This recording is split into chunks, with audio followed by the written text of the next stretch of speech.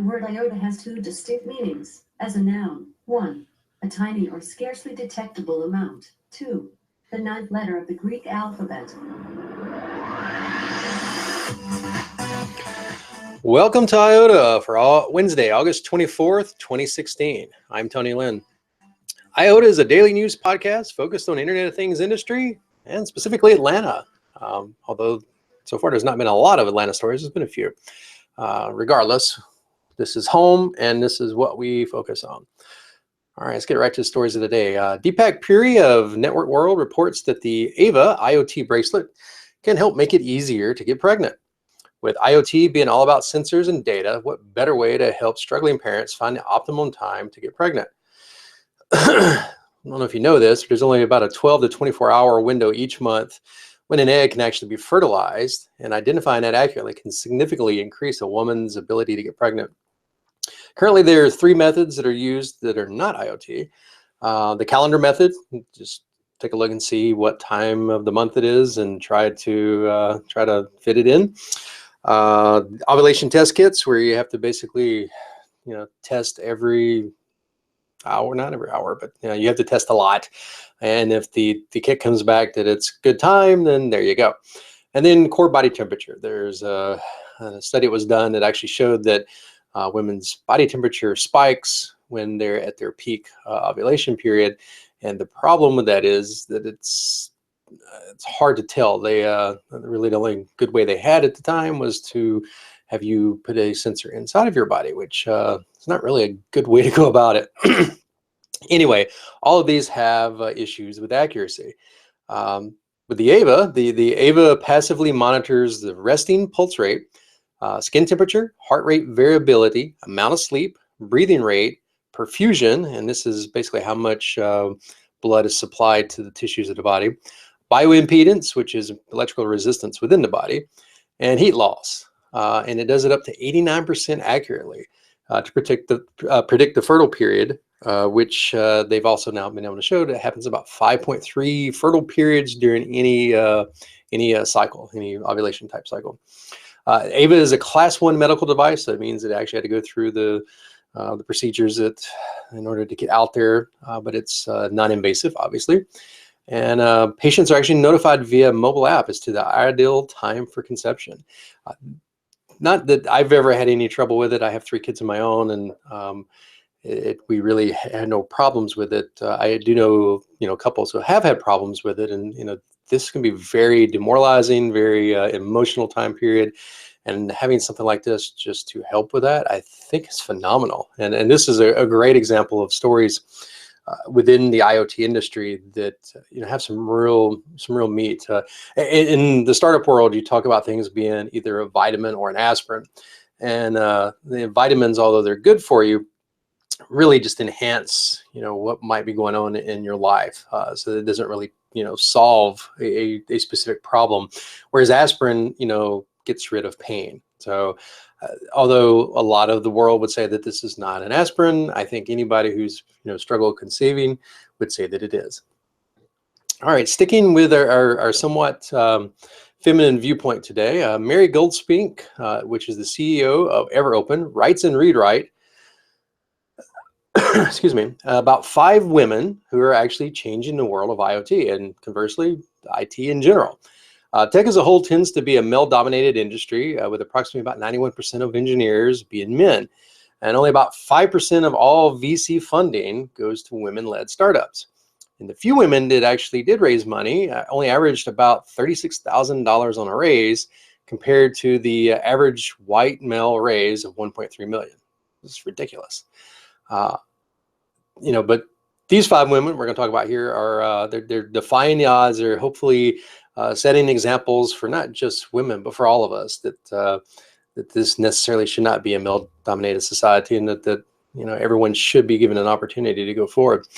All right, so let's get to it. Alicia Azen is the co-founder and CEO of Libelium, which is a wireless sensor network platform that delivers open source, low power consumption devices for use in smart cities. Again, we talk about smart cities a lot. What she's doing there is really phenomenal. Aya Bader is the CEO of Little Bits Electronics, which is an easy-to-use electronic building block platform that helps inventors create whatever they want. So imagine, if you will, Legos for electronics that allows inventors to create and configure devices, whatever it is they're trying to develop, and then as such gives them an ability to, build their inventions. Let's see. Anne Lavergion is the chairman of Sigfox, which provides dedicated cellular connectivity for IoT and M2M communications. If you dove into IoT in any shape, form, or fashion, you know the term Sigfox. If you don't know the term Sigfox, you need to listen to this show more often, and you need a little more reading, because they're a big player in this space. And I'm happy to see that, their leader is such a dynamic woman. Limor Fried, excuse me, is the founder of Adafruit, which is a manufacturing company. Unfortunately, I didn't get a lot of information about what Adafruit actually does. I do know that Limor herself is like a double, what did they call it? Not a double fellow at Harvard. I mean, she's phenomenal. All the stuff that she did while she was there. You should read up on her, if nothing else, just to see what she's been doing. And lastly, Meredith Parody is the founder and CEO of Ubeam, which is a wireless power company that transmits power over the air to charge electrical devices. I'm sure you've heard a little bit about this. It's been in use quite a bit, particularly around mobile devices such as phones and the such. So again, these are 5 women who are changing the odds for everyone out there, and hopefully we'll get to report on more of these as we go. Andrew Prokip in No Jitter writes about the Silicon Labs sensor puck. It actually looks like a hockey puck, which is kind of cool. It's a 1.5-inch diameter circuit board. It can measure temperature, relative humidity, ambient light, UV index, and heart rate. Kind of a weird mix there.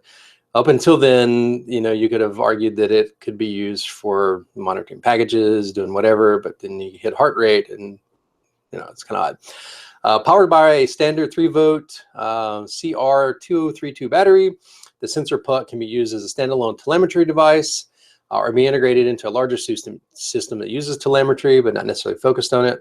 The puck uses BLE to broadcast real-time data to any interested party. Silicon Labs provides their own mobile apps for Android or iPhone, but additionally, parties can develop middleware components to collect data from the sensor while providing a web services API for system integrators. So this kind of fits into our board of the day kind of category, and this one's really kind of cool. You should go out and take a look at it. Again, all of these stories are in the show notes. If you ever want to drive in a little bit deeper, there's where you find the info. All right, IoT customers are coming. Are you ready? Ask Jim McKay Fortegra in Multi-Channel News. In the consumer space, and he does argue about the enterprise space as well, but I don't think his argument really stands up there quite as much, but we're going to read it anyway. IoT is just starting to take off, and as it reaches its peak hype, companies need to prepare for how they deliver. Jim states that you must know your customer, be sure that your target audience is the one who you're marketing to. I don't know if it's a great example, but an example would be, the Amazon Echo wasn't for everyone, and the marketing of it was very specific to those who already loved Amazon and who had shown some interest in some of their other hardware type events. And then once that took off, then they opened it up to a wider audience. I was one of the first to actually get one. I'm very happy about that, and now anybody can get them, but before it was not the case. Secondly, provide flexible solutions. You got to be able to pivot a little bit as the customers make different demands on you, what's going on.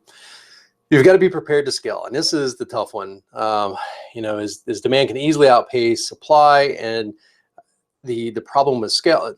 Let's take a look at Pokemon Go, for example, is that they thought they had a good idea, and they were pretty sure they did. They at least thought that every person who had ever played Pokemon would play the game, but they were not prepared at all for the onslaught of everyone who joined in and wanted to play Pokemon Go. And even though the popularity has dropped off, it's finally somewhat stabilized. However, they weren't prepared. And then finally, prepare for price regulations. This one's the one I question quite a bit, but Jim's actually expecting the FCC to come in and start to regulate the market, especially around the cost, the connectivity.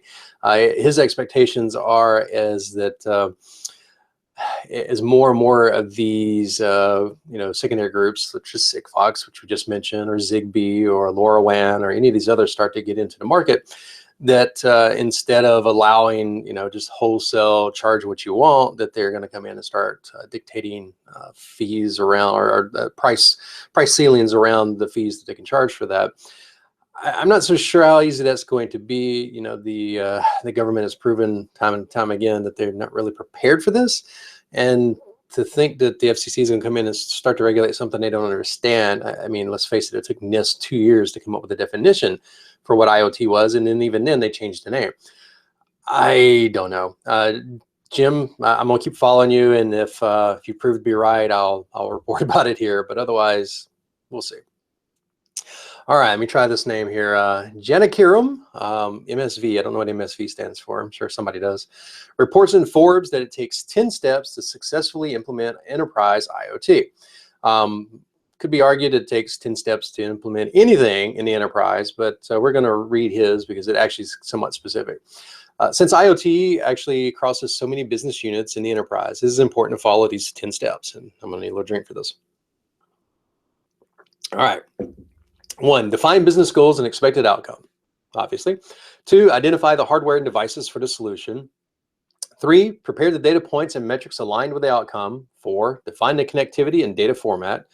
5, implement security, governance, and policy across each layer. That one's very important, and I don't think a lot of people do that currently. 6, identify reference data sets required for transforming of the sensor data. 7, factor in machine learning and predictive analytics. 8, define the hot path analytics for real-time processing. 9, define the cold path for long-term batch processing of the analytics. And 10, design an intuitive user experience for business decision makers. His initial argument that you needed to plan this in advance because all business units were interested really only kind of applies to 10.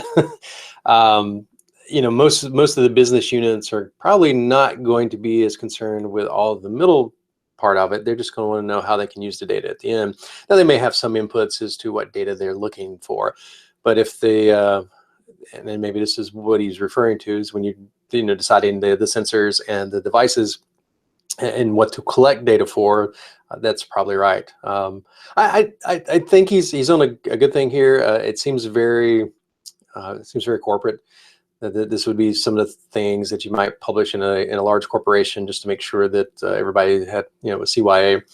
But regardless, I do think that you do need to plan out your implementations, that you shouldn't just assume that by throwing out some devices and capturing some data, you have everything thought out. But I also don't think you need to overthink things. It's IoT, prices are dropping significantly, and you're going to need to be able to pivot. You're going to need to be able to put something out there, realize that maybe it needs to change a little bit, and you're going to need to be able to adjust. And coming up with a waterfall approach to what is effectively an agile world in the first place, I think is going to hurt you long term. Anyway, we'll see.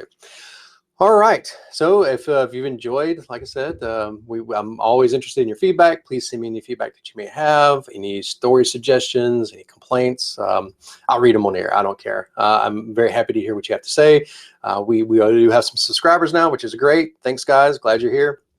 And I'm getting retweets almost constantly. Our Twitter followers have jumped significantly.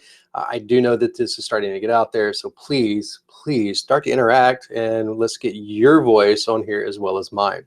So please send any feedback or story ideas to my email address at tunamuck@gmail.com. You can find me at Tunamuck on Twitter, and you can find any of my my projects at www.tunamuck.com. If you're enjoying the podcast and you want to see more and you want to see it get better, more professional, feel free to support us at patreon.com/Tunamuck. And as always, we'll see you tomorrow.